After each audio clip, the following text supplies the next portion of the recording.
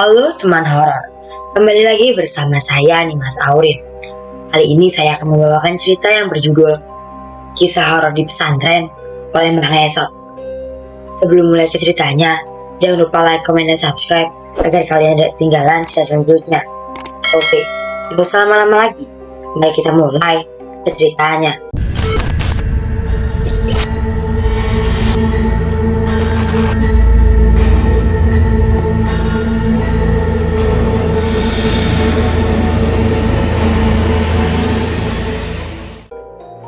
Perkenalkan, namaku Basuki. Sekitar pertengahan tahun 2006, aku melanjutkan SMP di salah satu pesantren modern. Sebenarnya aku tidak mau masuk pesantren, tapi ibulah yang bersikeras agar aku belajar ilmu agama di sana. Oh iya, perkenalkan juga teman SD ku, namanya Hadi. Dia juga akan masuk pesantren yang sama denganku. Pagi sekali, mobil travel berhenti di depan rumahku. Ibu dari semalam sudah mengemas semua barang-barangku.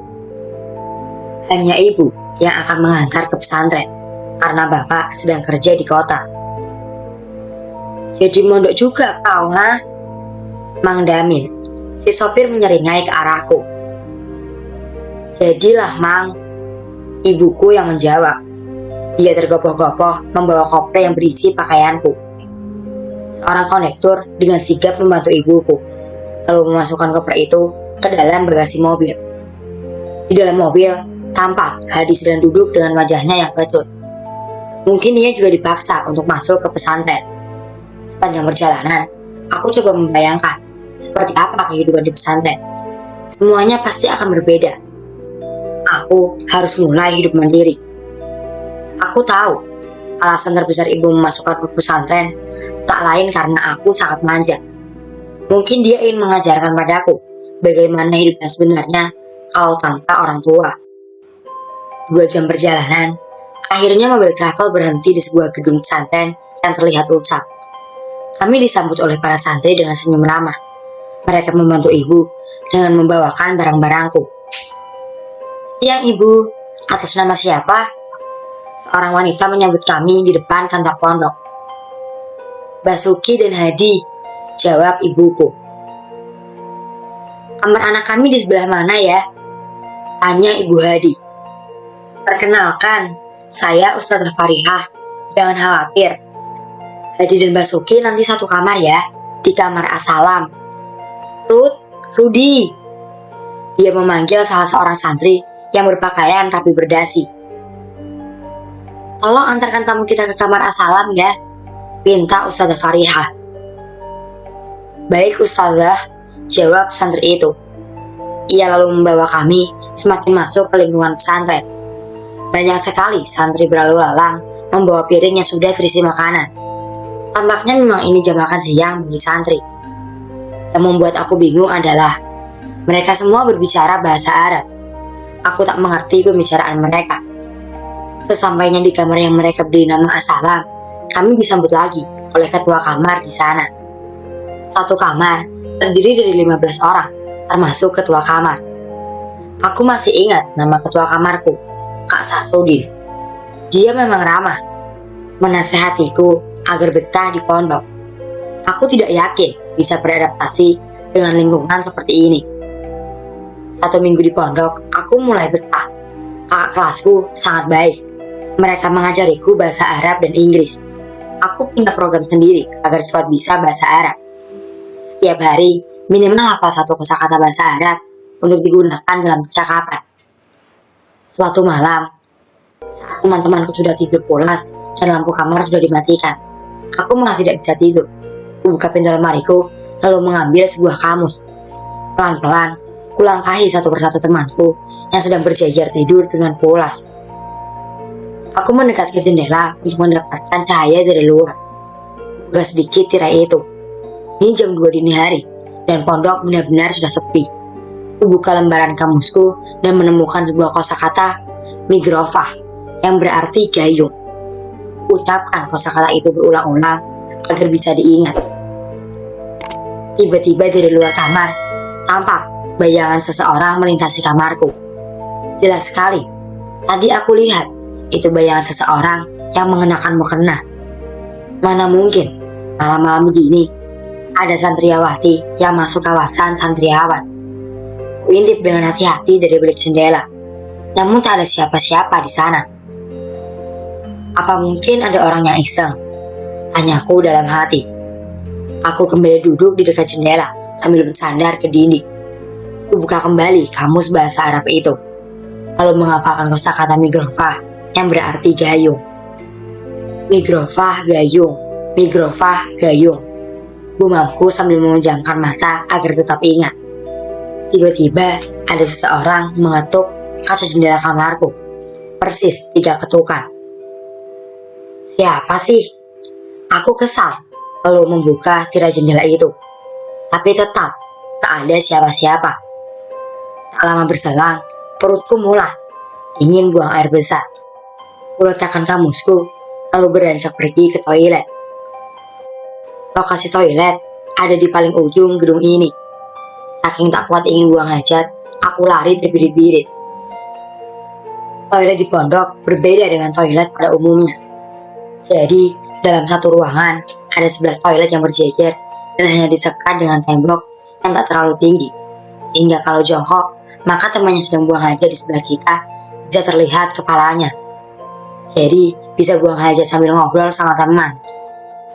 Malam itu, aku langsung masuk ke dalam toilet dan buang hajat.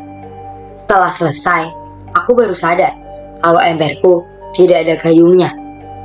Di samping kananku, terdengar suara gemericik air dan bunyi gayung. Tapi aku tak dapat melihat orang tersebut. Mungkin saja dia sedang tertunduk. Kak, aku boleh pinjam mikrofon nggak? Tanya aku. Kugunakan kosakata yang baru kuhafalkan. Boro-boro mikrofon, kepala aja nggak punya. Jawabnya, dan jelas itu suara wanita.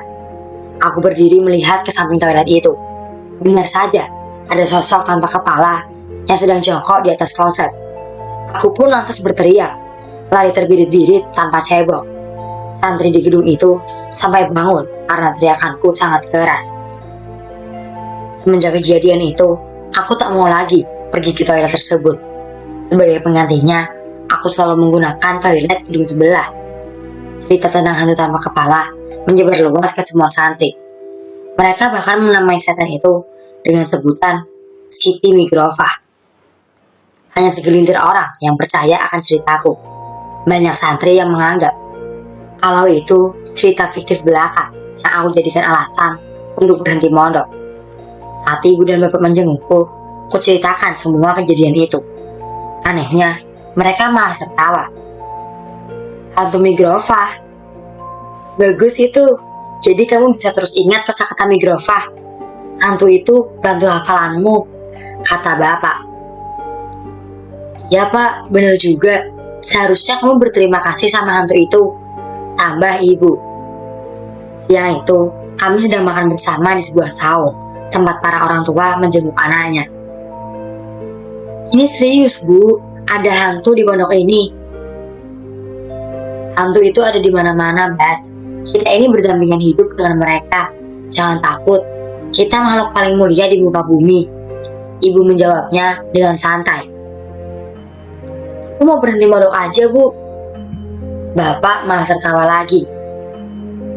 Tuh kan, Bu, ujung-ujungnya minta berhenti. Boleh, boleh. Ibu mengangguk. Tangannya sibuk mengupas kulit jeruk. Serius boleh, Bu. Jelas saja, aku sumringah. Tapi setelah 6 tahun, kata ibu, sambut tawa bapak yang terbahak-bahak. Aku pun kembali menampakkan wajah murung. Aku serius, Bu. Iya, ibu juga serius. Kamu gak boleh berhenti mondok, belajar ilmu agama di sini. Iya, Bas. Jangan berhenti mondok. Bapak mau kamu pintar ilmu agamanya, biar nanti bisa mendoakan bapak sama ibu kalau udah gak ada. Kau tahu, Bas, punya anak soleh itu adalah amal kebaikan yang pahalanya gak akan pernah putus bagi kedua orang tuanya. Mendengar penjelasan bapak, aku pun tertunduk. Apa boleh buat? Aku harus tetap melanjutkan perjalananku di pondok ini. Setelah selesai menjenguk, ku antar ibu dan bapak sampai ke gerbang pondok. Saat sebelum mereka pergi, bapak berkata padaku, "Jadilah anak soleh ya, Bas," kata bapak sambil tersenyum. Setiap malam, Ustazah Laila sering mengaji Al-Quran tanpa speaker di masjid pondok. Beliau memang salah satu ustazah yang sangat rajin. Malam itu, aku izin ke ketua kamarku untuk mencuci pakaian di toilet masjid.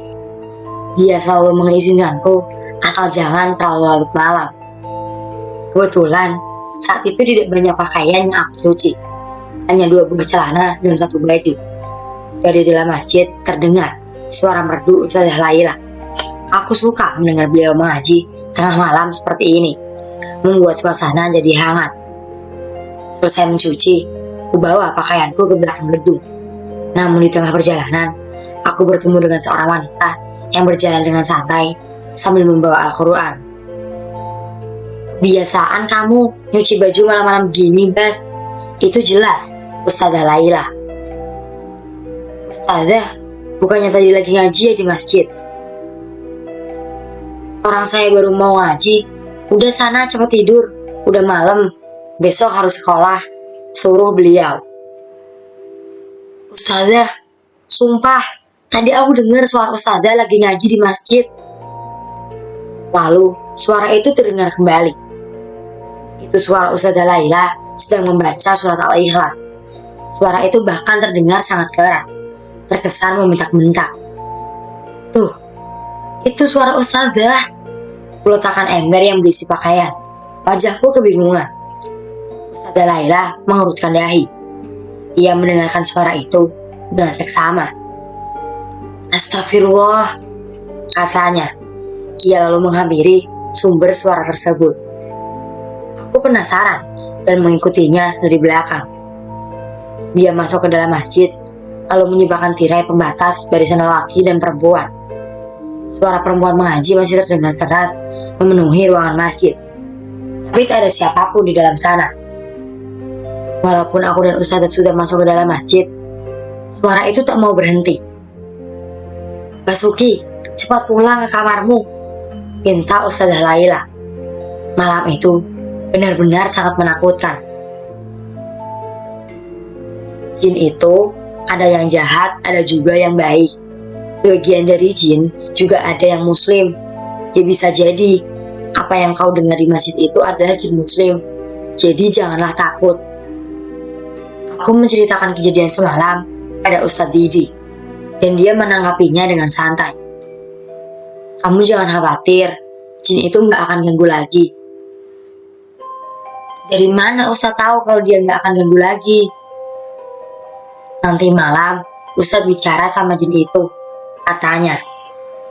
Aku terkagum-kagum mendengar pernyataan Ustadz Didi.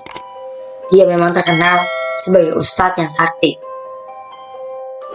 Itu baru segelintir kisah mengerikan yang pernah aku alami di pondok. Yang paling aku ingat adalah si Sandi. Dia adalah temanku satu kamar. Asalnya dari Tangerang. Dia anak yang misterius, pendiam, dan punya tatapan yang mengerikan. Dan dia juga menjadi penyebab kesurupan massal. Namanya Sandi. Dia pendiam, berbicara seperlunya saja, dan memisahkan diri dari santri lain. Di pondok, biasanya kami makan bersama dan saling berbagi lauk pauk. Namun lain halnya dengan Sandi. Dia selalu makan sendirian di depan lemarinya. Yang dia makan pun hanya nasi putih dan garam. Padahal dapur pondok menyediakan lauk pauk yang beragam. Aku juga heran, hampir semua pakaian Sandi berwarna putih. Pakaian di lemarinya yang berbeda warna hanya baju pramuka, celana hitam, dan batik sekolah. Aku tak paham apa maksud dari pakaiannya yang serba putih itu. Dia juga punya batu berwarna putih, ukurannya sepalan tangan. Batu itu selalu ia bawa kemana-mana. Ada saja temanku yang iseng membicarakan batu milik si Sandi. Katanya itu batu berhala dan harus dimusnahkan. Aku sendiri tak berani berkata macam-macam tentang batu itu, karena aku yakin itu bukan batu sembarangan. Hal itu terbukti Pernah suatu ketika pondok dilanda penyakit bisul, banyak santri yang bisulan, dan yang terparah adalah Hadi, teman SD ku. Dia punya bisul di bagian pantat sebelah kanan, sehingga kalau lagi di kelas, posisi duduknya pasti miring. Semakin lama, bisul Hadi semakin membesar dan bengkak. Tapi anehnya, tak kunjung pecah. Di saat genting seperti itu, datanglah Reno. Dia anak kamar sebelah yang katanya bisa memecahkan bisul dengan alat yang ia buat sendiri. Cara kerja alat itu sederhana, semacam alat bekam, hanya saja menggunakan gelas kaca. Ia juga menggunakan koin yang dibungkus dengan kertas untuk menyulut api. Hadi malam itu tidak bisa tidur. Pantatnya terasa panas seperti dibakar. Aku tak tega melihatnya. Akhirnya aku panggil Reno untuk membantu si Hadi. Kau tenang, Di. Gue ini profesional. Anak kamarannya 2 aja sembuh sama gue. Allah yang menyembuhkan, Ren. Potongku. Iya, maksud gue itu, kata Reno. Udah, jangan banyak omong. Cepat pecahin bisulnya, serga Hadi sambil meringis. Reno menggulung lengan bajunya. Dia lalu menyibakkan sarung Hadi. Tampaklah bisul yang memerah dengan titik hitam di puncaknya. Reno menggelengkan kepala. Wah, udah parah nih. Ia meletakkan koin yang dibungkus kertas menyerupai sumbu, lalu meneteskan minyak tanah pada kertas tersebut. Lengan kanannya merogoh korek api di kantong celana. Dinyalakannya sumbu tersebut. Api pun berkobar di atas bisul Hadi. Lengan kanan Reno meraba-raba. Gelas mana gelas? Reno panik. Gelas apa? Tanya aku balik. Gelas gue lah. Dia semakin panik lantaran api tambah besar. Lu dari tadi gak bawa gelas kok, sergahku. Dan ternyata dia memang lupa membawa gelas. Api semakin membesar. Hadi berteriak kepanasan. Tolongin gue. Wajahnya merah seperti akan menangis. Gayung, pakai gayung aja. Kuserahkan gayung pada Reno. Dia langsung menutup kobaran api itu dengan gayung. Tapi bukannya padam, gayung itu malah terbakar. Keadaan semakin kacau. Dan tiba-tiba ada seorang yang melemparkan batu ke arah Hadi. Itu batu berwarna putih. Api langsung padam. Bisul Hadi pecah seketika. Kamu gak apa-apa? Sandi menyentuh pundak Hadi. Tampak wajah Hadi berkeringat. Napasnya tersengal-sengal. Ia sangat ketakutan sehingga tak bisa menjawab apapun. Sandi lalu mengambil kembali baju putih miliknya. Reno, lain kali hati-hati ya, kata Sandi sambil menatap Reno yang masih terlihat panik. Kejadian itu membuatku yakin kalau batu yang dimiliki si Sandi ada penunggunya. Bukan sekali 2 kali, aku dan teman-teman kamar mendengar suara aneh dari dalam lemari Sandi. Batu itu seperti bergetar mengeluarkan suara gaduh dari dalam lemari. Tapi tak ada satupun yang berani menegur Sandi, termasuk ketua kamarku. Dia diam saja pura-pura tak mendengar suara itu. Tampaknya dia memang tak mau bermasalah dengan si Sandi. Tengah malam, aku terbangun karena mendengar suara tawa 2 orang yang seperti sedang bermain. Suara itu berasal dari balik lemari dekat dengan pintu. Saat aku hendak bangun, seseorang menggenggam tanganku. Itu Hadi yang tidur di sebelahku. Ternyata dia juga terbangun. Jangan. Hadi menggelengkan kepala. Itu siapa? Bisikku. Sandi. Sama siapa? Tanyaku lagi dengan suara pelan. Gak tahu. Udah dari tadi dia ketawa-ketawa gitu. Karena penasaran, aku melepas genggaman Hadi lalu mengendap-endap ke lemari dekat pintu. Dari celah lemari itu, kulihat Sandi bermain dengan anak kecil. Umurnya sekitar 6 tahunan. Siapa dia? Tanyaku dalam hati. Saat aku sedang serius mengintip tingkah mereka, tiba-tiba saja anak kecil itu menoleh ke arahku sambil tersenyum. Dia lalu menunjuk ke arahku. Segera aku kembali ke tempat tidur sebelum si Sandi mengetahuinya. Keesokan harinya, aku laporkan kejadian itu pada ketua kamar. Sayangnya, tidak ditanggapi. Ketua kamarku mungkin saja mendengar suara itu, dan dia takut kalau harus menegur si Sandi. Hadi menceritakan kejadian itu ke kamar sebelah, hingga menyebar luas ke semua santri. Selain perilakunya yang misterius itu, keluarga Sandi juga tak kalah aneh. Di pondok itu, hanya Sandi yang sering dijenguk ayahnya tengah malam.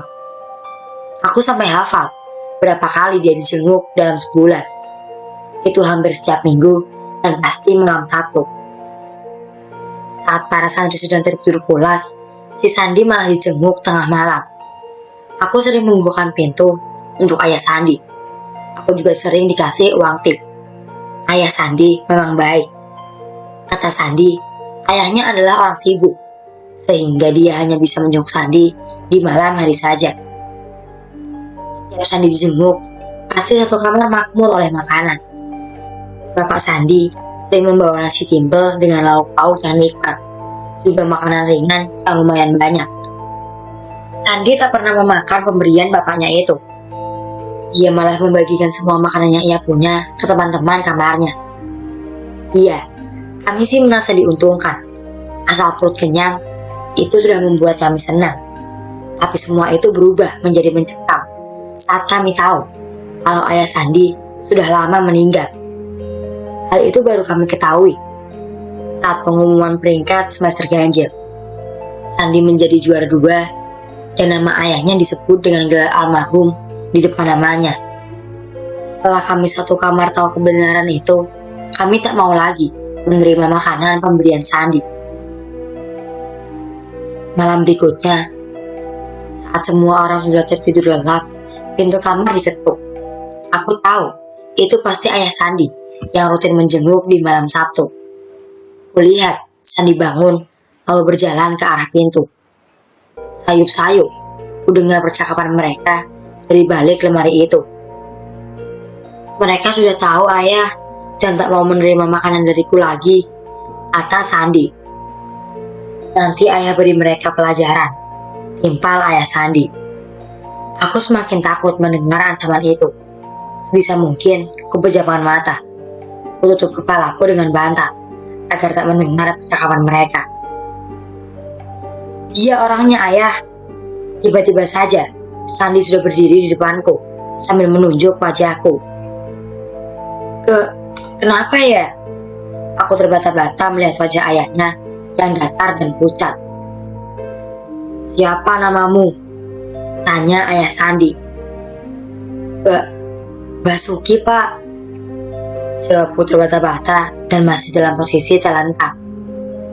Berdiri, pintanya. Kuturuti perintahnya. Ragu-ragu, aku berdiri sambil tertunduk. Aku tak berani menatap wajah ayah Sandi yang mengerikan itu. Pegang lenganku. Dia menjulurkan lengan kanannya. Perlahan, ku pegang lengan itu. Ada denyut tadi? Tanyanya. Aku mengangguk. Padahal, aku tak merasakan sedikit pun denyut nadi di pergelangan tangannya. Aku masih hidup. Jangan menakut-nakuti temanmu. Kasihan Sandi. Lanjutnya. Baik, Pak. Maafkan saya. Aku minta maaf. Padahal aku sama sekali tidak merasa bersalah. Dia lalu beranjak dari kamar. Sedangkan aku sempat pipis sedikit di celana saking takutnya. Aku tak akan pernah lupa kejadian mengerikan itu. Keesokan paginya, aku bertingkah seolah tak terjadi apa-apa semalam. Aku juga memaksakan diri untuk makan nasi timbel yang dibawa oleh ayah Sandi semalam. Semua teman-temanku di kamar terheran-heran melihatku yang lahap memakan nasi timbel pemberian si Sandi. Lu gak takut, Bas? Tanya Hadi. Enggak, ini makanannya enak kok. Lu mau? Ku sodorkan nasi timbel itu. Enggak, gue gak berani. Itu tuh makanan yang dibawa sama orang yang udah apa? Tiba-tiba Sandi ada di belakang Hadi. Ia menatap Hadi dengan tatapan tajam. Udah Hadi salah tingkah. Udah menjenguk lu, Sandi, jawabku dengan santai. Iya, itu maksud gue. Hadi membenarkan posisi pecinya. Dia masih terlihat gugup, sekaligus takut. Enak nggak makanannya? Sandi melirik ke nasi timbel yang sedang aku makan. Wah, gila sih, ini enak banget. Ibumu yang masak ya? Bukan, tapi ayah yang masak, jawab Sandi.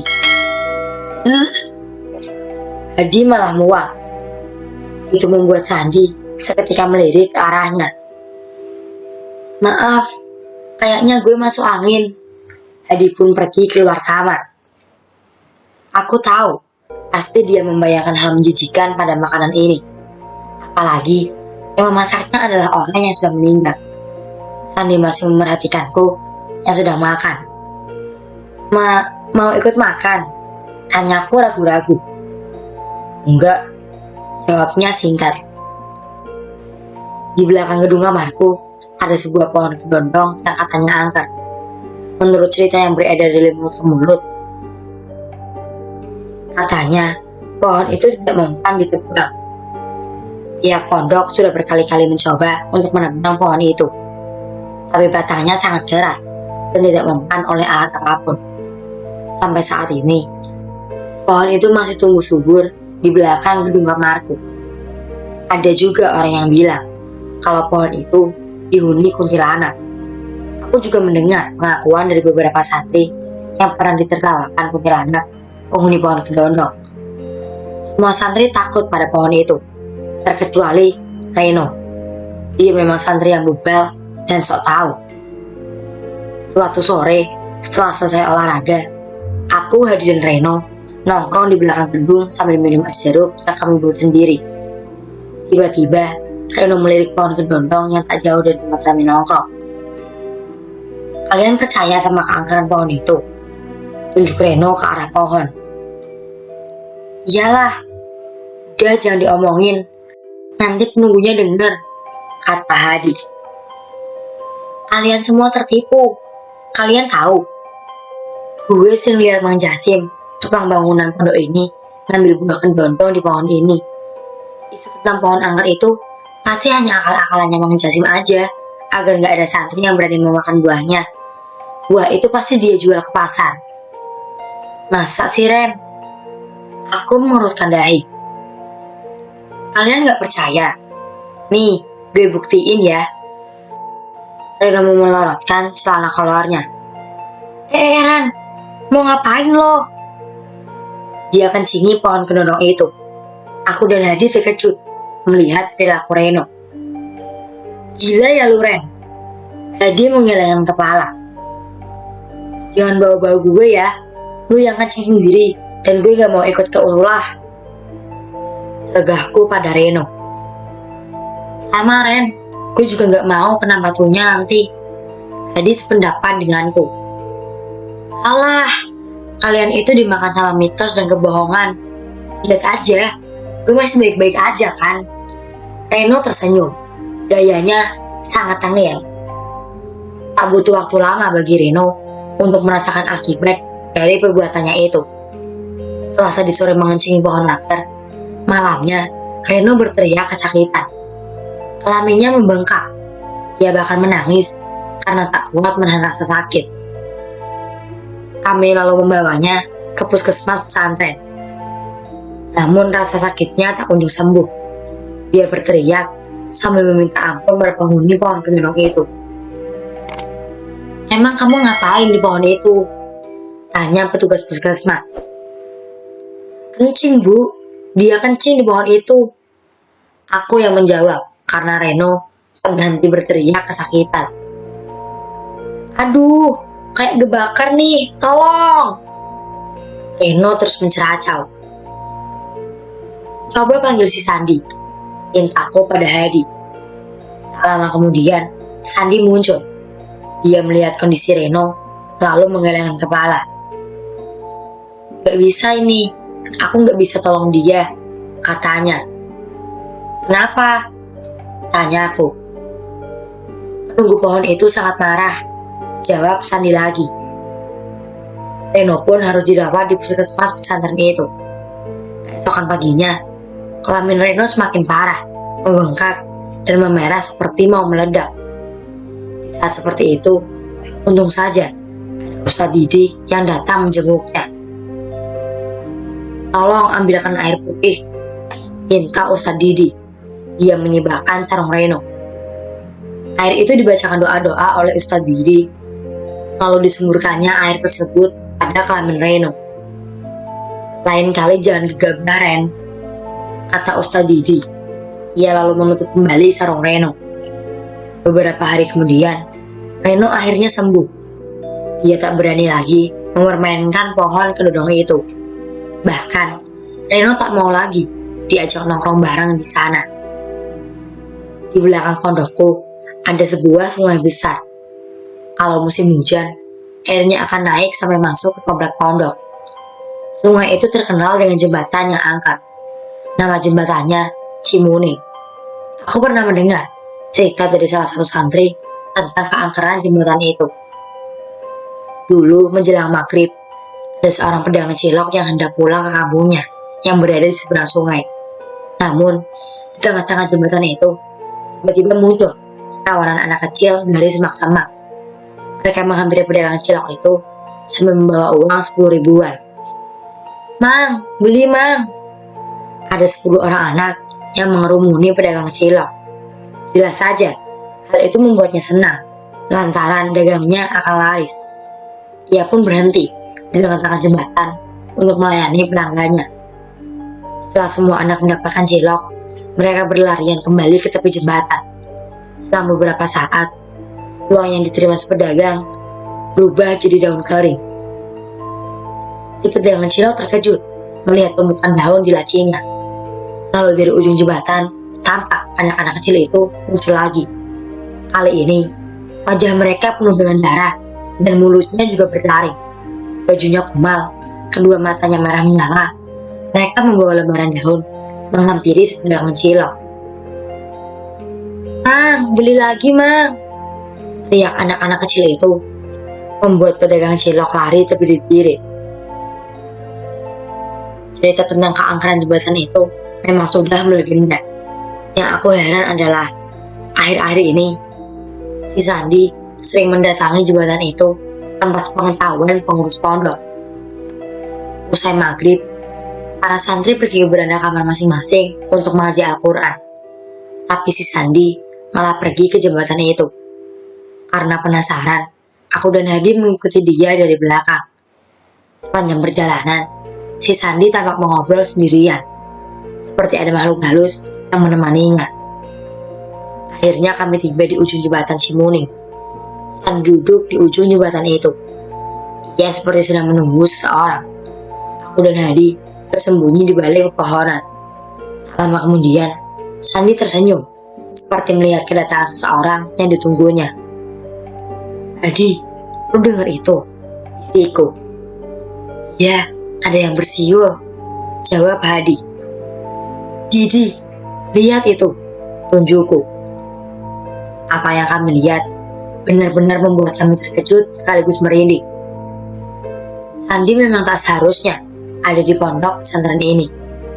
Dia tak sama seperti kami. Atau mungkin dia bukan manusia seperti kami. Dan ceritanya pun bersambung. Bagi kalian yang masih penasaran lanjutan ceritanya, jangan lupa tonton kisah horor di pesantren di part selanjutnya.